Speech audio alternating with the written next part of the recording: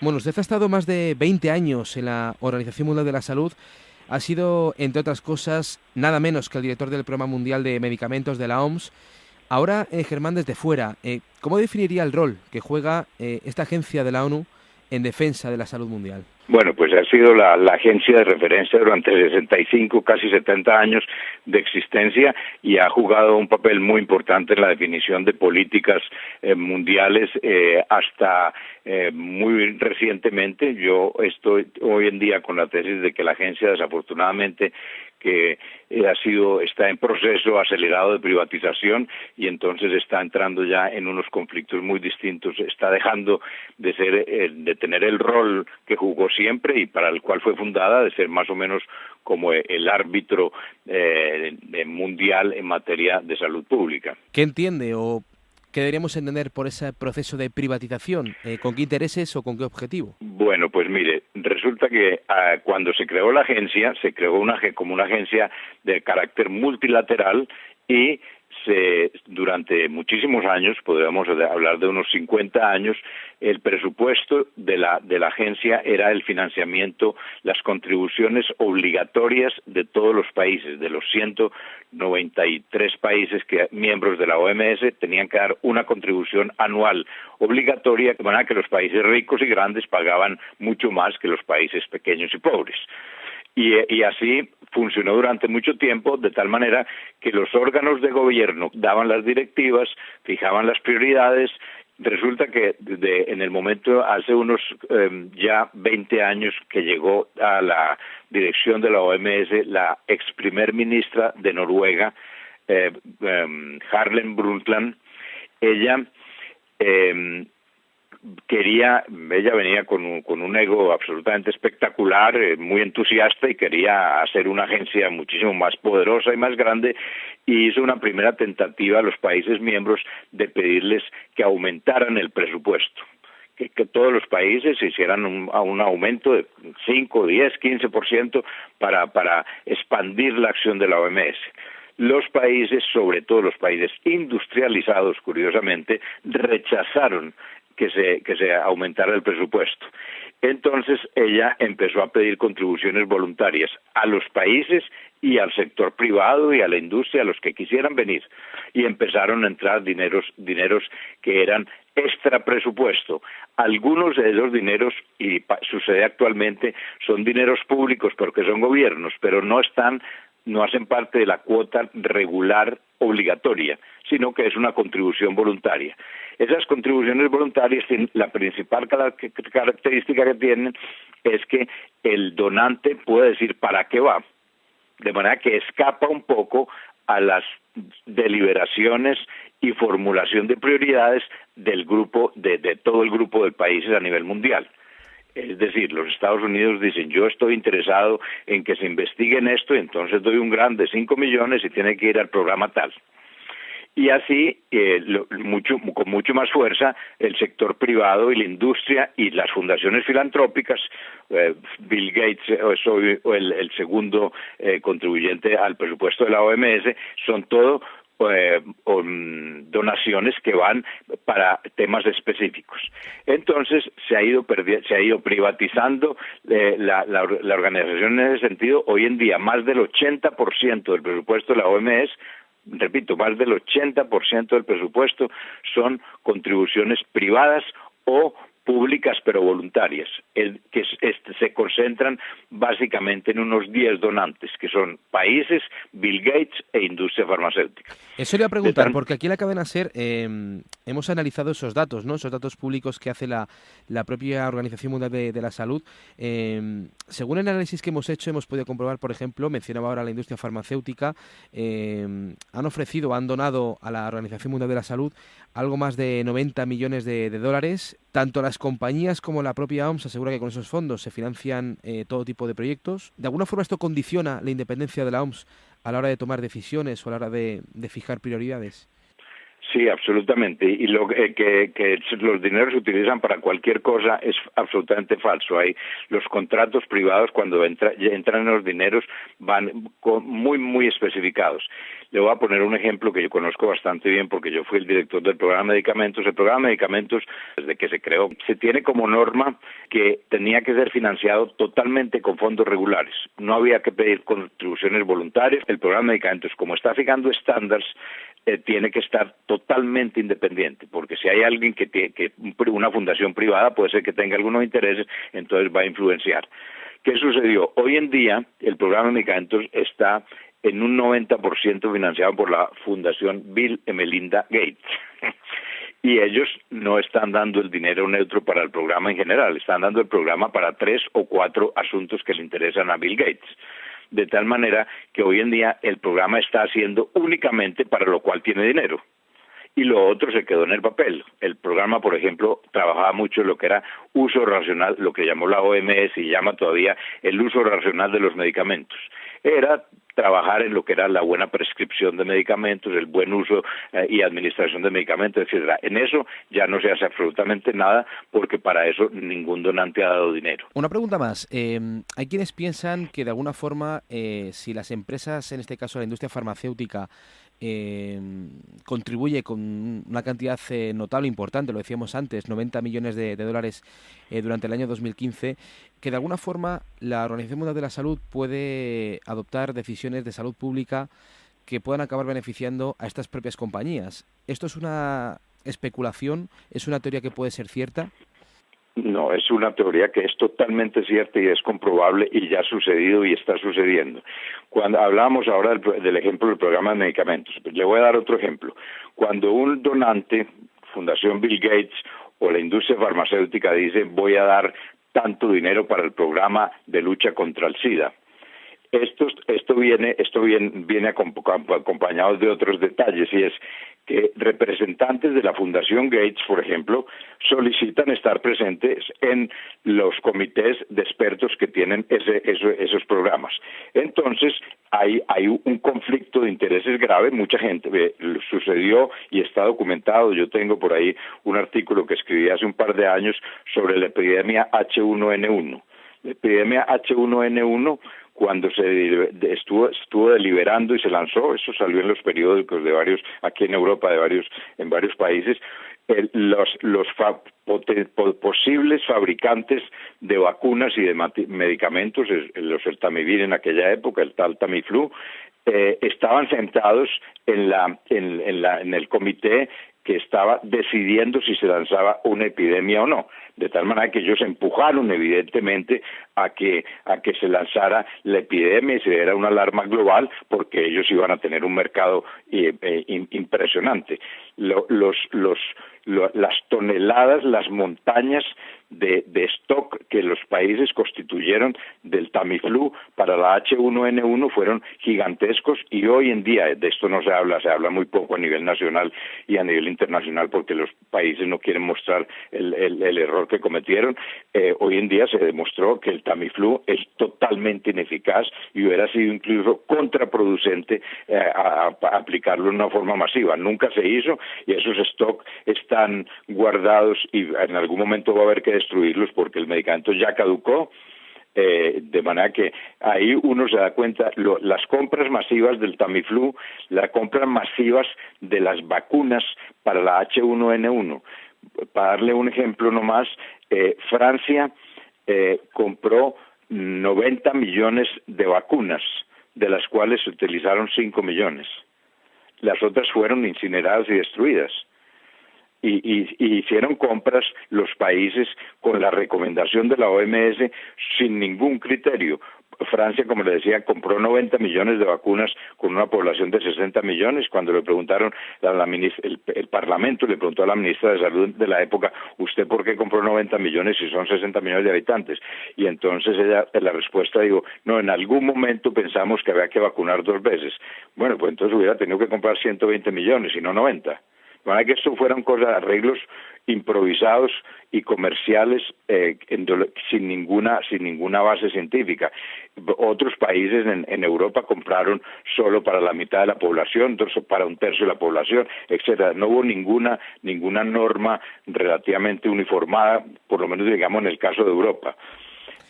Y hoy en día uno se da cuenta ya cuántos fueron los muertos de la H1N1, creo que fueron 21.000 muertos, de manera que uno se pregunta hoy en día si tenía sentido haber lanzado una pandemia, que fue lo que muchos expertos independientes externos a la OMS contestaron en aquella época y siguen contestando. Lo mismo había sucedido con la famosa gripe aviar, de la cual el gabinete del director general de la OMS en aquella época anunció que era probable que murieran 150 millones de personas en el mundo. Hoy en día, 15 años después de la gripe aviar, murieron 331 personas, sobre todo en Indonesia y en Vietnam, 331, y se anunciaron 150 millones de personas, pero eso correspondía a todos los intereses comerciales que había detrás para la venta del Tamiflu. Abiertamente, escuchándole, es evidente que habla de una falta de independencia palpable, ¿no?, en la OMS. ¿Cómo se podría evitar esa situación? Bueno, yo creo que se ha hablado mucho recientemente de una reforma de la agencia, y la señora Margaret Chan, la directora actual que está ya saliendo después de 10 años, dos mandatos, 10 años, ha hablado de una reforma, pero la reforma que se ha hecho ha sido primero que todo una cosa cosmética, y otra reforma que sí es de fondo, pero que va en el sentido contrario, y es abrir por completo el financiamiento privado y abrirle las puertas al sector privado en la OMS. La reforma y cómo se podría salir. Habría varios puntos. Primero, yo creo que habría que plantearse claramente que esta tiene que ser una agencia pública para que pueda conservar una total independencia y neutralidad, y que tienes que estar financiada con dineros públicos, de manera que se debería hacer un plan progresivo, digamos a 8, 10 años, decir, vamos a retomar el carácter público, por lo menos ponerse como objetivo de tener el 51% del presupuesto, un presupuesto que sea público, y solo 49%, como pasa en una empresa, que el Estado o los estados o el sector público sea el sector mayoritario para que tenga un poco la capacidad de gobernar. El segundo punto que yo haría sería la Constitución de la OMS tiene un artículo, que es el artículo 19, un artículo muy corto, que dice básicamente que la OMS tiene la capacidad para negociar acuerdos, tratados o convenciones de carácter obligatorio, que una vez ratificados por los países miembros aquí en Ginebra, tienen que volver al nivel nacional, pasar por el Parlamento y convertirse en ley. Ese tipo de decisiones, ese mecanismo del artículo 19 de la Constitución se ha utilizado una vez en 70 años, y esa fue la Convención contra el Tabaco. Y yo creo que la OMS no ha hecho nada más eficaz que la Convención para el Tabaco. Y hay hoy en día leyes. Hace 10 años o 15 años nadie se imaginaría que uno en los aviones no se iba a poder fumar, o en los trenes, o en los lugares públicos, hoy en día, o en los restaurantes, etcétera. Hoy en día es una realidad y es por ley, y es una medida que tiene un impacto en la salud pública absolutamente espectacular. Si la OMS, en vez de hacer cada año en la Asamblea Mundial de Salud se hacen unas 40 o 50 resoluciones de la Asamblea, que son de carácter totalmente voluntario, es como un sermón de iglesia más o menos, y para lo cual no se evalúa si hay fondos y cuánto va a costar implementarlo. Entonces es una manera totalmente ineficaz. Entonces yo le digo, la salida, y algunos están tratando, yo estoy terminando un artículo sobre la última Asamblea Mundial ahora hace 15 días, que va en esa dirección, habría que ver cómo se retoma el carácter público de la agencia para defender la neutralidad y la independencia y ver cómo se hacen más decisiones, menos decisiones, pocas decisiones, pero que sean de carácter obligatorio. Y ya por ir terminando, señor Velázquez, usted ha estado desde hace ya prácticamente unos 5 años, ¿no?, detrás de una incansable batalla por el acceso a los medicamentos a nivel mundial. Pero hace mucho antes, ¿no?, hace casi 20 años, usted realizó un estudio sobre el impacto de la mundialización en el acceso a los medicamentos. A esa investigación se le conoce todavía hoy como el libro rojo de la OMS. ¿Cuál es la filosofía de ese libro? Bueno, resulta que en el año de 1995 se crea la Organización Mundial del Comercio, que tiene un impacto muy específico a nivel de la salud, y es que se hacen obligatorias el uso de patentes para productos farmacéuticos. Hasta el año 95, incluso España en los años 80 no tenía todavía patentes para productos farmacéuticos, y entonces eso significaba que cualquier medicamento que fuera producido sobre patente en Suiza o Alemania o en los Estados Unidos, que ya tenían patentes, cualquier país, incluido España, incluido Italia, que muy tardíamente adoptó el sistema de patentes, podía copiarlo y ponerlo a la disposición de todo el mundo y sacar los genéricos que quisieran. Se hizo durante mucho tiempo. En el año 95, la gran mayoría de los países en desarrollo, incluido la India, el Brasil, la China, Indonesia, Egipto, incluido, como decía antes, algunos países europeos no tenían lo que tiene hoy, de una patente de duración de 20 años, etcétera, etcétera. Las patentes podían durar 5 años o 10 años o 12 años, eso dependía de cada país. Hoy en día hay una norma que es el acceso, el producto nuevo inventado por una firma, se le da una patente que dura 20 años, que significa un monopolio y un precio mucho más elevado.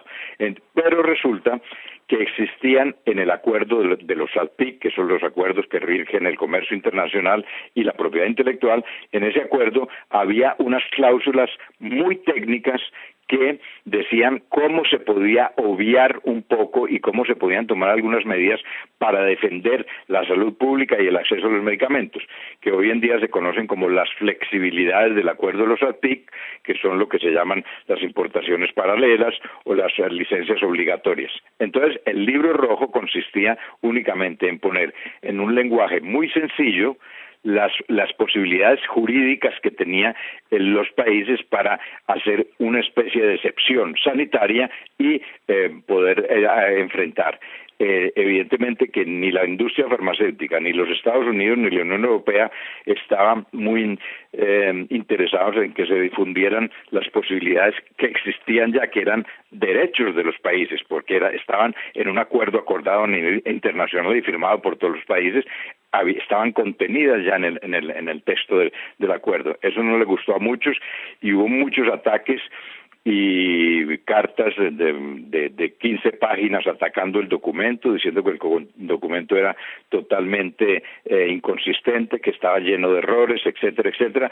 Entonces, la señora Brundtland, directora de la OMS en aquella época, lo que hizo fue mandar el libro rojo a 5 expertos internacionales en los Estados Unidos, en Argentina, en Bélgica, para que analizaran desde el punto de vista jurídico. Estos eran grandes jurídicos a los cuales se les pagó para que analizaran el documento, y ellos volvieron con un análisis del documento mismo y de las cartas que han llegado de la industria farmacéutica, de la Organización Mundial del Comercio y del gobierno de los Estados Unidos contra el documento.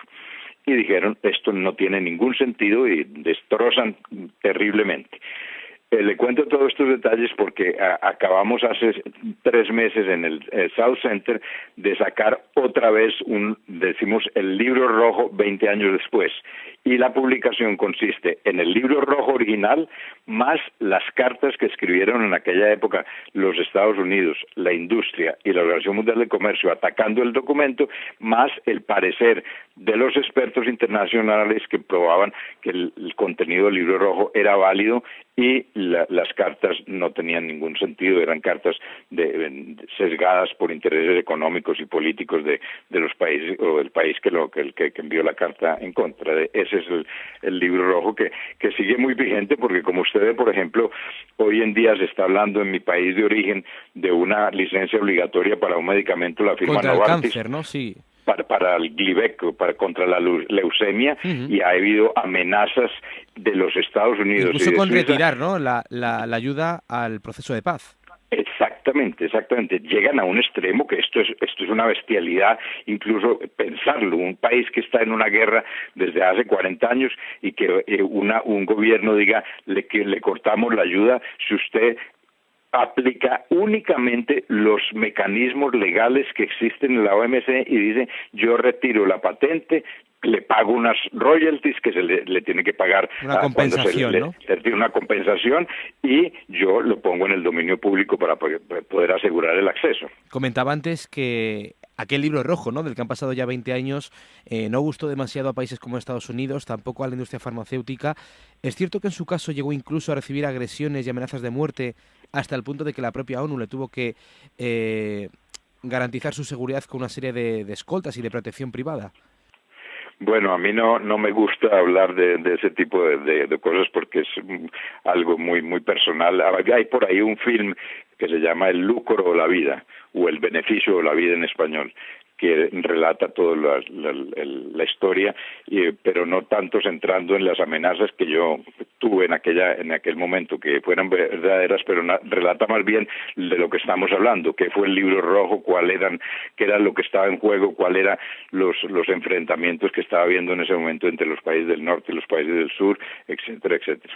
Pues Germán Velázquez, muchas gracias por estar con nosotros y un saludo muy fuerte. Bueno, Javier, muchas gracias, que esté muy bien, hasta luego.